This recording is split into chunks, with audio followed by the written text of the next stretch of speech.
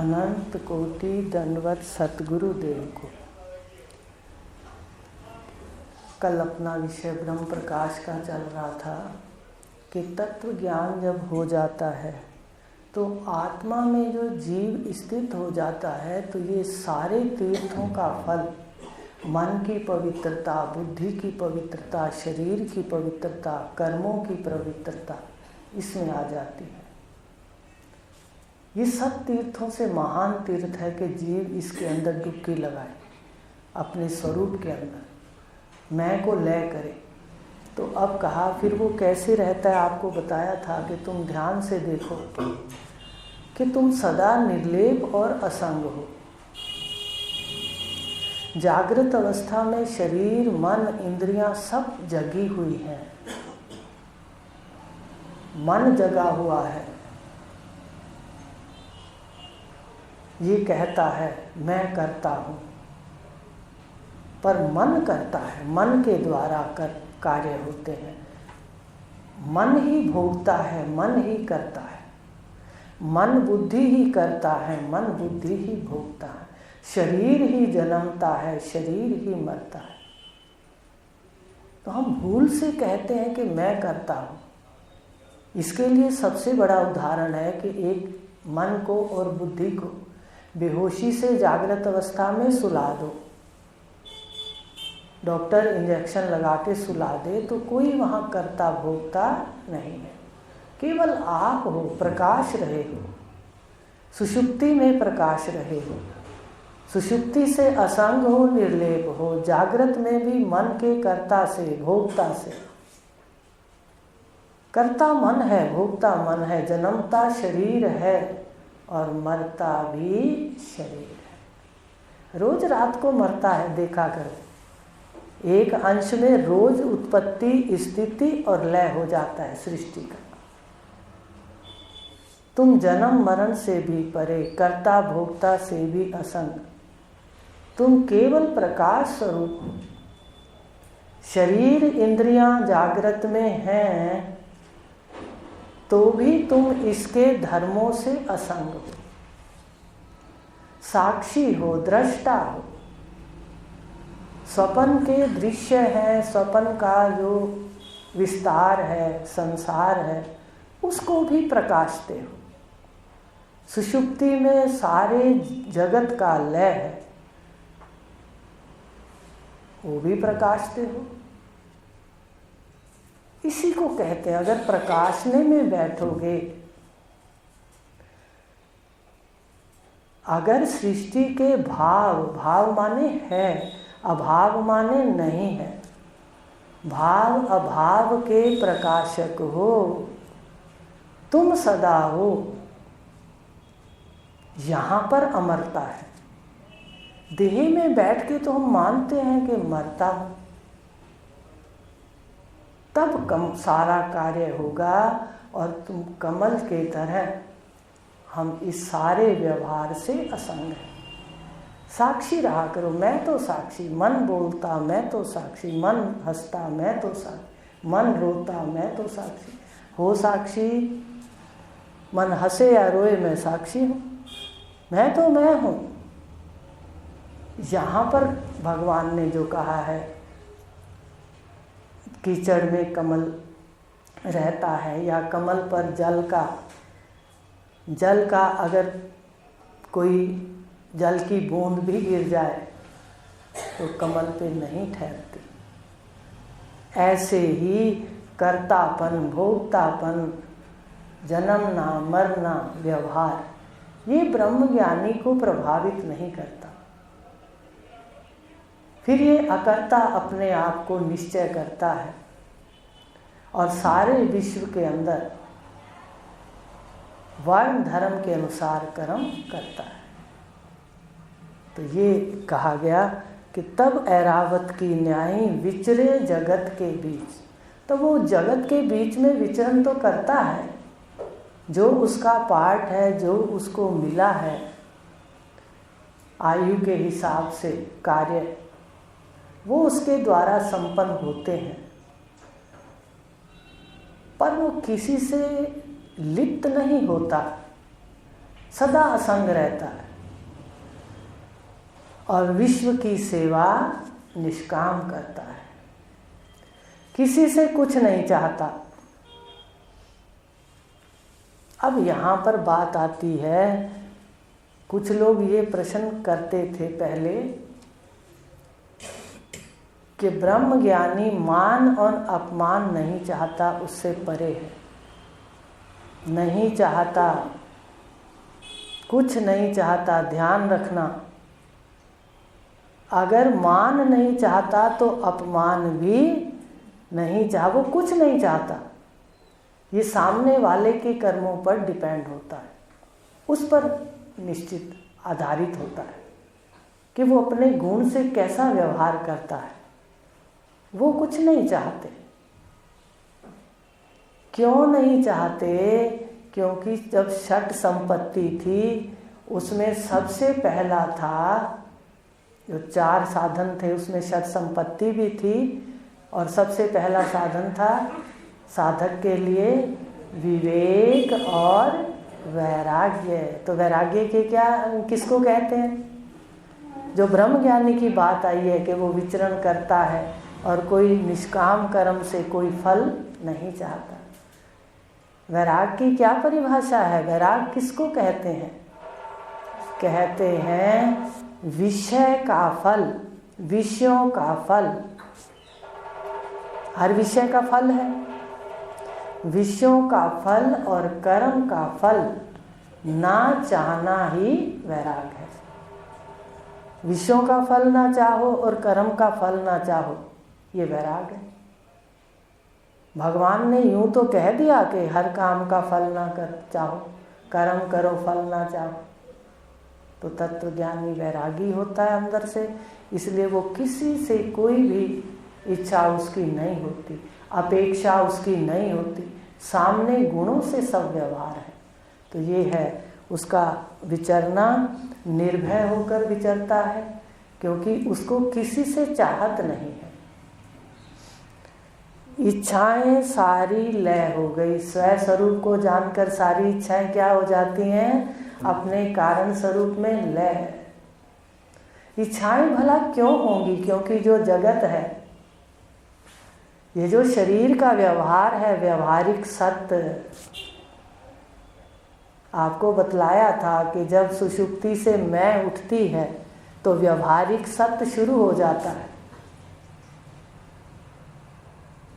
और फिर कार्य व्यवहार करके रात को फिर सारी सृष्टि सो जाती है, शरीर भी सो जाता है, सुषुप्त हो जाते हैं। तो जो मध्य काल में व्यवहारिक सत्य है, ये तो मिथ्या है, ये सत्य नहीं है, ये तो प्रतीति मात्र है, माया मात्र है, छल है। सत्य जैसा तो भासता है, सत्य जैसा तो व्यवहार भासता है, पर सत्य के लक्षणों से रहित है। आपने दूसरे अध्याय में पढ़ा होगा, वहाँ इस बात को स्पष्ट लिखा है, उसको घटा लीजिए कि मूल में, सुषुप्ति को याद रखना, मूल में भूत हैं गुप्त। सुषुप्ति में सारे भूत क्या हो जाते हैं? आपके शरीर, आपका परिवार, व्यवहार गुप्त हो जाता है। ऐसे ही प्रलय काल में होता है, ये छोटी प्रलय है। मूल में भूत हैं गुप्त। संसार का मूल कौन है? माया। इस 3 शरीरों का मूल कौन है? अव्यक्त, सुषुप्ति, प्रकृति। तो मूल में भूत हैं गुप्त, मध्य में दृश्य हैं हुए। इस वक्त क्या है? सारे भूत दृश्य के रूप में प्रकट हैं, अंत में फिर अव्यक्त। इनका शोक है वृथा। ये मध्यकाल की प्रतीति है, ये सबका नाटक है, ये सैरगाह है, ये सराय है, यहाँ लीला है। सुंदर कर्म बना करके आप स्वर्ग द्युलोक से तक जा सकते हो और सारे लोगों का उच्छेदन भी कर सकते हो, कर्मातीत हो करके, अकर्ता हो करके। और चाहो तो ऐसे तमोगुणी कर्म करें कि सबसे नीच योनियों से जाते हुए रौरव नरकों तक भी जा सकते हैं। आपके हाथ में है, आपके गुण के हाथ में है। आपके मन का कैसा गुण है, मन ही बंध मोक्ष का कारण है। इसलिए तत्वज्ञानी गुरु की कृपा है कि वो हमें मन को पढ़ना सिखाते हैं, मन को संवारना सिखाते हैं। वो कहते हैं सत्प्रधान हो जाओ। मन के अंदर कुछ आ रहा है, अपना शब्द शुरू कर दो, शरीर का मंत्र शुरू कर दो। तो इस प्रकार सारी इच्छाएं, क्योंकि जब एक व्यक्ति ने मरुभूमि के जल को, मरुभूमि समझते हो, रेत के टीले, दूर से रेत के टीले, धूप में जल दिखती है रेगिस्तान में, और निकट जाकर के जब देख लो तो समझ आती है कि जल यहाँ तीनों कालों में नहीं है। तो जब तत्वज्ञानी को ये समझ आ गया कि ना तो यहाँ पर तृप्ति है, दो चीज़ें नहीं है, याद रख लेना, ना यहाँ तृप्ति है, ना यहाँ शांति है, और ये वास्तव में चित्र की तरह है, ये वास्तव में प्रतीति है, सत्य नहीं है, तो आकर्षित ही नहीं होता। उसको दिखता सब कुछ है, ब्रह्मज्ञानी को सारा कुछ दिखता है, रेत भी दिखती है, चमकती भी दिखती है, जल भी दिखता है, पर उसको पता है कि ये रेत है, यहाँ तृप्ति नहीं है। दो चीज़ें नहीं मिलती, ठंडक, शांति और तृप्ति, वो केवल आत्मा के ज्ञान में, आत्मा ब्रह्म है, इस ज्ञान में है। तो इच्छाएं सारी लय हो गई, स्वस्वरूप के माही, आत्मा ब्रह्म के माही। दूर ढूंढते थे साईं को, मैं बैठी उस माही। हम तो दूर दूर जाके ढूंढते थे, कहीं कितनी कितनी दूर ढूंढा, बहुत दूर ढूंढा, बहुत तीर्थ किए, शिव के तीर्थ किए, लेकिन परमात्मा उसका कहा हुआ नहीं सुना। परमात्मा को ढूंढा पर परमात्मा का कहा नहीं सुना। देखो रामचरितमानस में भी जाओ तो लिखा है, सिया राम मैं सब जग जानी। भगवान कृष्ण कह रहे हैं कि सब हृदय में, ईश्वर सर्वभूता नाम हृदय से अर्जुन तिष्ठति। भगवान क्या कह रहे हैं, हम मन मर्जी से कहाँ घूम रहे हैं, हम क्या कर रहे हैं, क्या कह रहे हैं। तो हम उसको ढूंढने के लिए भागे तो सही जगह जगह, पर अपनी जो मैं है वो उसके ही आश्रित है। मैं रोज रात को वहाँ सोती है और सुबह वहाँ से उठ के अपना व्यापार करती है, लेन देन करती है। ये व्यापार घर है, याद रखना। बहुत बार आपको बताया, जागृत आपका व्यापार घर है, सावधान हो जाओ, व्यापार सुंदर करो। तभी गुरु नानक देव जी ने 13 कहते ही रुक गए थे। तोला था, वो नौकरी करते थे ऐसे, उनके लिए जीवनी के अंदर है कि वो जब 13 शब्द आया, 11, 12, 13, बस वो 13 कहते ही वहीं रुक गए। तो ये जो मैं है आपकी, ये रोज रात को प्रियतम के संग रहती है, सुबह उठ के फिर यहाँ व्यापार करने आती है, लेन देन करने आती है। स्वप्न अवस्था आपका दफ्तर है, क्या आपके संस्कारों में है। आश्चर्य करोगे, रात बहुत पुराने मित्र, 2 स्त्रियां मतलब बहनें, एकदम स्वप्न में सुबह 4 बजे के भी बाद, उठने के भी बाद एक बार ऐसे नींद आ गई। तो देखिए इतना आश्चर्य हुआ। भाई वाह मन, तू तेरा पता नहीं है, तेरा इतबार नहीं है, तू कौन सा संस्कार किस कोने में छुपा के बैठा रहता है। फिर मन से पूछा अपने आप से, क्या तूने याद किया था? कहते ना, कभी नहीं किया। तो भाई कभी नहीं किया तो मन ने कैसे लाके दोनों को खड़ा कर दिया? है ना मन के आश्चर्य की बात। तो ये तो दग्ध कर्माणी, दग्ध करना पड़ेगा। इन संस्कारों के साक्षी हो जाओ, बस हमें क्या लेना देना, क्या से दिखाता है मन। सदा साक्षी हूं। तो वो दफ्तर है, उसमें हमें अपने संस्कारों का पता लगता है कि क्या इसमें, जैसे रजिस्टर बनाते हैं ना, जहाँ बही खाते बनाते हैं, लेना और देना, ये वो है हमारा दफ्तर। उसमें पता चलता है हमारे कौन से संस्कार हैं। और सुषुप्ति विश्राम घर। अगर विश्राम घर नहीं जाते हो तो सुबह का व्यवहार सुंदर नहीं होगा।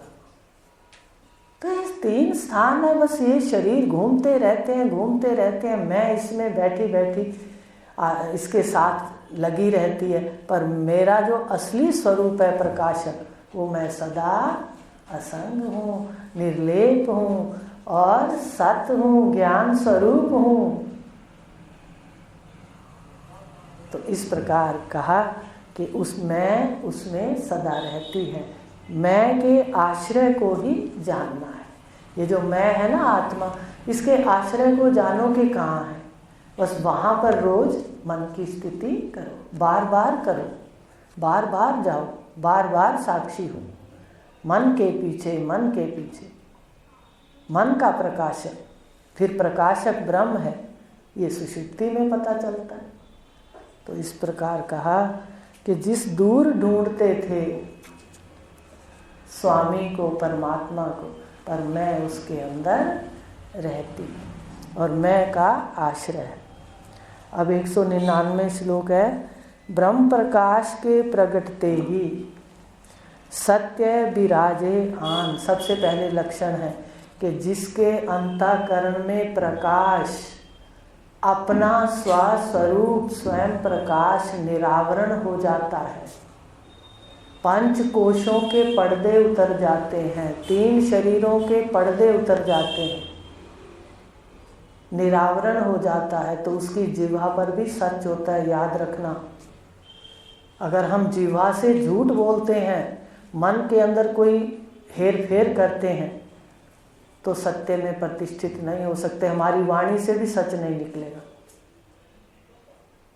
तब सत्य, सबसे पहले जिह्वा पर सत्य, कोशिश करो अभी से सत्य बोलने की, और वो तो सहज अवस्था हो जाती है, वो झूठ नहीं बोल सकता। उसके हृदय में, जिह्वा पर सत्य विराजमान हो जाता है, जिसके हृदय में आत्मा ब्रह्म साक्षात हो जाता है, प्रकट हो जाता है। आवरण हट जाते हैं शरीरों के, रूप के, नाम के। सरल हृदय कैसा हो जाता है? उसका हृदय सरल हो जाता है और उसका मन क्षमावान होता है।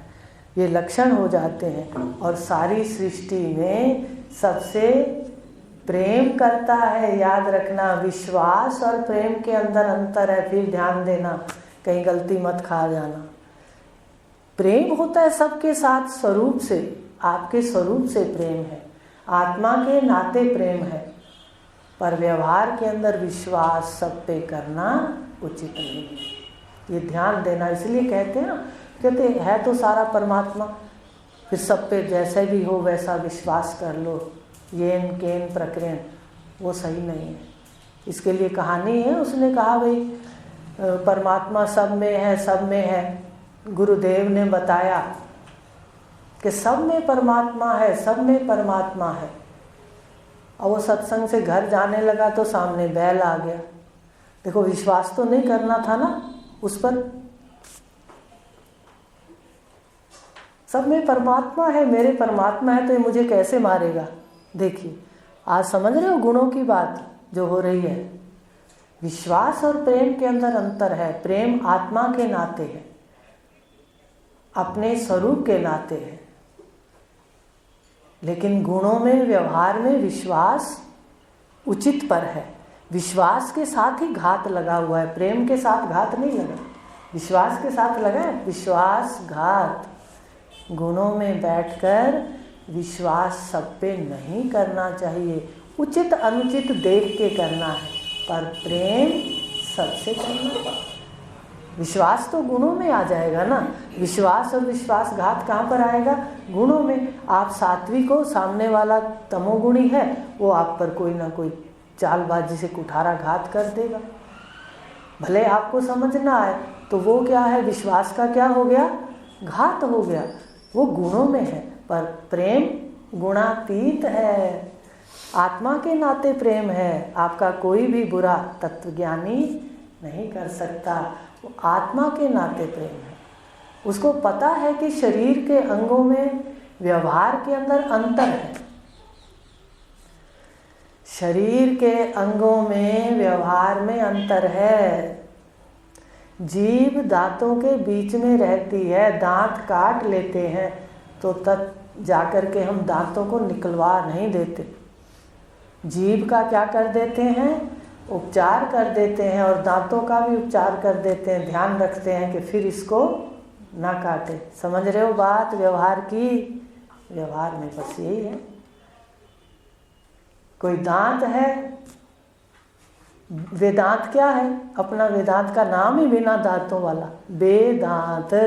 वेदांत माने बेदांत। दांत कौन से हैं? जितनी बुराइयां हैं वो दांत हैं, वो दूसरे को काट सकते हैं, दांत काट लेते हैं ना। देखो जीवा कितनी कोमल है, उसके संग रहती है, पर वो काट लेता है। ऐसे वेदांत दूसरे शब्दों में क्या समझाता है कि बिना दांत के जब होंगे ये रोग आदि विकार आदि से उपशम होंगे, तो वेदांत के अधिकारी हो।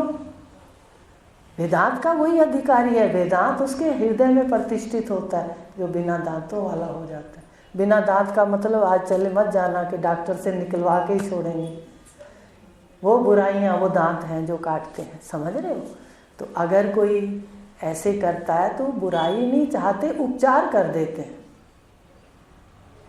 समझ रहे? तो इस प्रकार गुणों में भेद रहेगा, गुणों में ध्यान रखना, प्रेम का अर्थ खोलना जरूरी है, नहीं तो बैल वाली बात हो जाएगी कि उसने कहा सर्वम आप ही तो है, और बैल ने तो उठाया और पटक दिया, क्योंकि वो रजोगुणी तमोगुणी है। अब उसने गुरु से जाके नाराजगी करी, महाराज आप तो कह रहे थे सर्वम ब्रह्म है, तो फिर ये ब्रह्म ही तो था सामने, मेरे को कैसे मार दिया?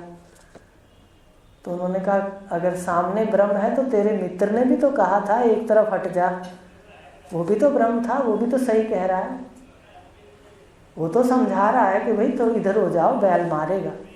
ऐसे ही तमोगुण सदा सतोगुण के विपरीत होता है बिल्कुल। आप सत के लक्षण बताइए क्या होते हैं? सुख और पढ़ते हो, तम के क्या लक्षण हैं? बोलिए, बताइए। है? इसलिए अपने हृदय पर ध्यान दो। ये सत्य नहीं है, इसके द्वारा कर्म बन जाते हैं, पर ये यहाँ रह जाता है। इसलिए हमें सावधान होना है, तमोगुण से थोड़ा सा हटके रहना है, बार बार वृत्तियों को नहीं खराब करना है। शक्ति नष्ट होती है, याद रखना, अपनी शक्ति को साधक बचाता है। तो ये है कि प्रेम करना है, इसको खोल दिया अच्छी तरह। आज इतना ही लेंगे। इच्छाएं सारी लय हो गई, स्वस्वरूप माही दूर ढूंढते थे साईं को, पर मेरी मैं उसमें रोज बैठती है, मैं बैठी उस माही। ब्रह्म प्रकाश के प्रगटते ही सत्य विराजे आन, हृदय में और जिह्वा पर सत्य विराजमान हो जाता है। सरल हृदय क्षमा मान मम प्रेम ही। अब प्रेम तो होता है, पर विश्वास का खोल दिया, वो गुणों में है, वहाँ पर विश्वास उचित पर करें। समझ रहे? ओम पूर्णमदा